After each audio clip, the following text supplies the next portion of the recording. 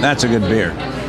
Today I wanted to talk about the new season, the 2016-17 season at Rochester Symphony. It's going to be just great fun, and I hope a lot of people will want to join us. We start in October on the 22nd and 23rd with all music from New York. We call it West Side and Rhapsody. It's West Side Story of Bernstein and Rhapsody in Blue by Gershwin, as well as a medley of pieces called A Salute to the Big Apple, all tunes about New York, and a lot of Duke Ellington as well.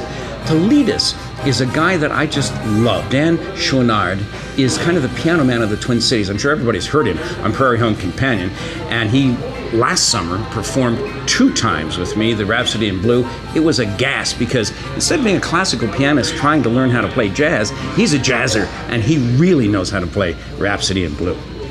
In November, we have Midori. At last we have Midori. She was supposed to be with us a year and a half ago. She took sick. Her doctors advised her not to travel, so she didn't come. But we had a great concert then, while having a greater concert now when she's right with us doing maybe the greatest violin concerto ever created, the Beethoven Violin Concerto, and we're going to be her warm-up band. We're going to do a couple pieces by Brahms, the Tragic Overture and the variations on a theme of Haydn, but the big payoff will be Midori, one of the greatest concert artists alive today, playing Beethoven's Concerto. And by the way, tickets for kids for that, 18 and under, are all free. We want to have a lot of kids to hear this great artist.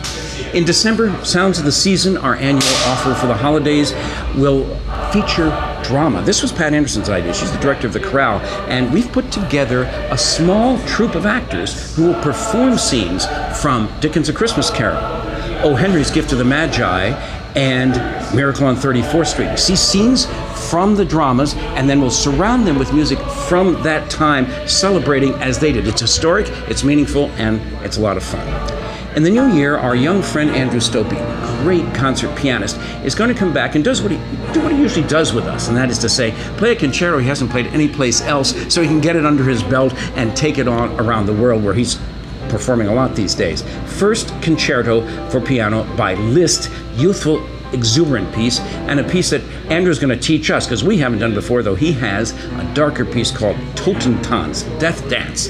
This is all part of a program that includes Richard Strauss' Death and Transfiguration, and the very uplifting overture by Beethoven, Leonora No. 3, and so we'll be moving, as the title of the concert suggests, from death to life.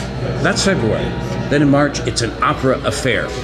If you're like me, when you go to the opera, you sit through a lot of quarter hours in order to hear those special moments that are really exciting. And that is going to be what we're going to offer. Just the special moments that are really exciting in this concert that features the greatest opera composers. We've got Mozart, we've got Verdi, we've got Wagner, and we've even got Aaron Copland, who wrote a smashing opera in the 1950s, very American and a lot of fun with a barn dance I think everybody will enjoy. Special moments from the opera with the chorale in March.